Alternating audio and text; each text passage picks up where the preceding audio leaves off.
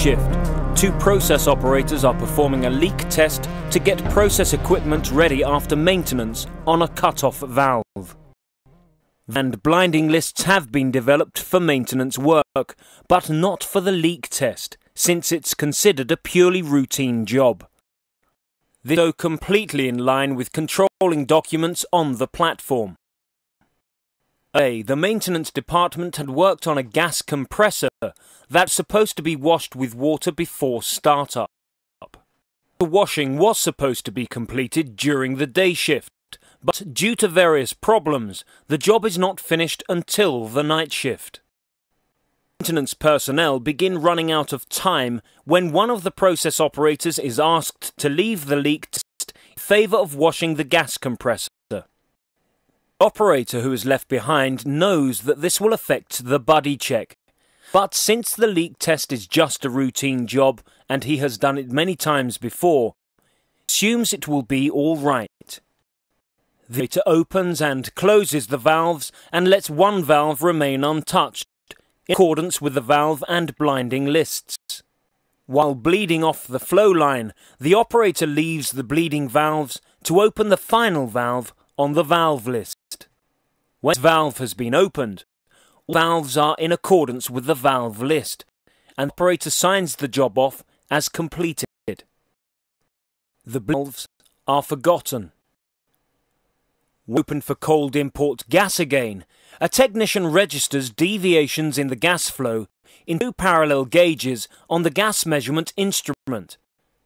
Since measurement deviation is a common problem, this is not followed up further in the central control room. During the night, hydrates form in the flow line system, and at dawn there is a process shutdown.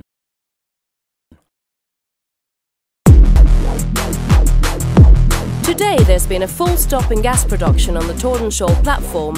Rough estimates set losses at 39 million Norwegian kroner. Production came to a complete halt on the Tordenskjold platform. And platform manager Tom Hydrot, why did this happen? It's that two bleeding valves were forgotten after a leak test, and over the course of the night a hydrate plug developed in our flow line. So you saying that the cause is purely a human error? Now you see, it's not quite so simple. What exactly do you mean by that? Taking a closer look at that now as our internal investigation starts up, and we have to consider, among other things, whether the procedures were correct and followed properly. The procedures were wrong? That the bleeding valves were not on the valve and blinding list for the maintenance operation gives us an indication that the controlling documentation on the platform is not updated in accordance with the company's controlling documentation. Are you always on top of updates to procedures that affect your job?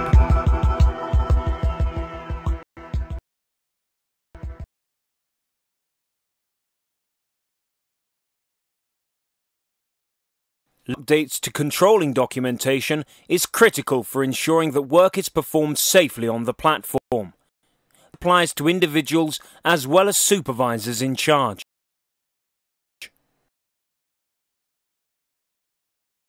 Ethical point that documentation on the platform is not up to date.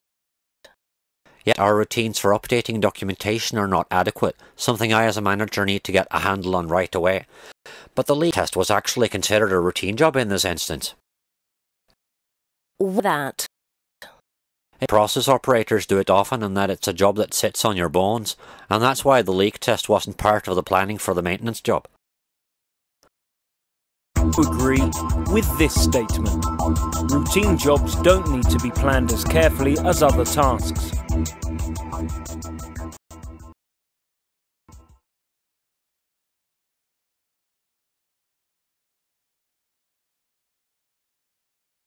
Is that a good excuse for not planning the job properly? Or practice not to live up to procedures, even on routine jobs? Because if conditions change, like they do here, two operators are reduced to one. It's still a routine job.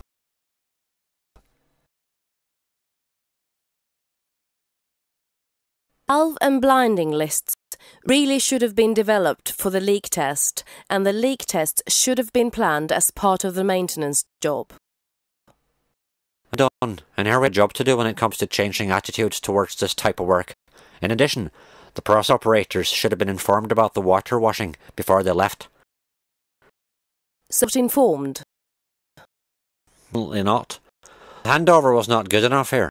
The operators had known that they had to perform a water wash on their shift before they left. They could have asked for more people to complete the task or waited to conduct the leak test until after the water washing had been completed. Thank you very much for coming in on such short notice.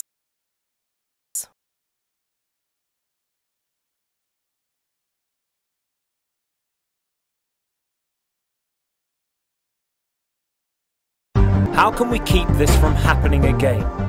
Click on the headings to learn more about how this incident could have been avoided.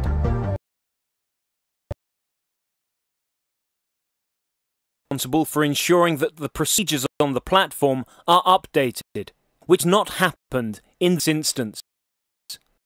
Management to clarify that there will be time to maintain focus and prioritize jobs in progress. 9. Done it 1,000 times before. Have it done in no time. Have heard that before.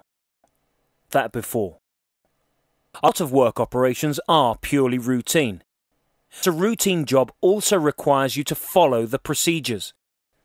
Like this example demonstrates, poor practice and a poor attitude toward routine jobs in general had clearly developed on the platform. Valve and blinding lists had been developed for the leak test as required by the updated procedures. The bleeding valves would definitely not have been forgotten.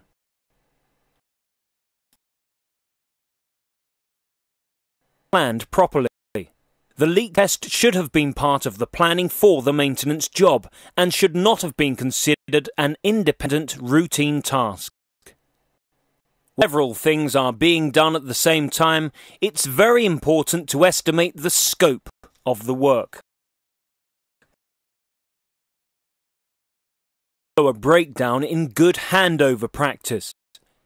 The operators on the night shift should have received both written and oral information about the anticipated water washing, so they could plan their shift better.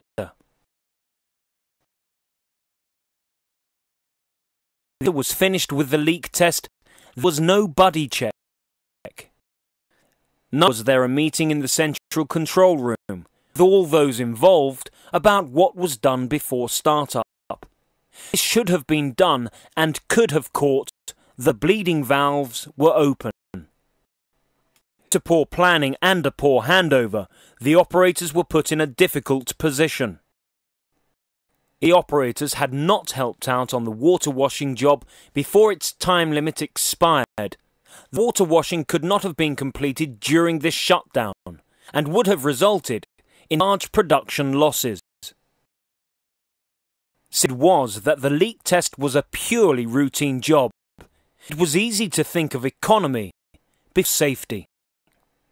That turned out to be fateful. Following procedures is important, even on routine jobs.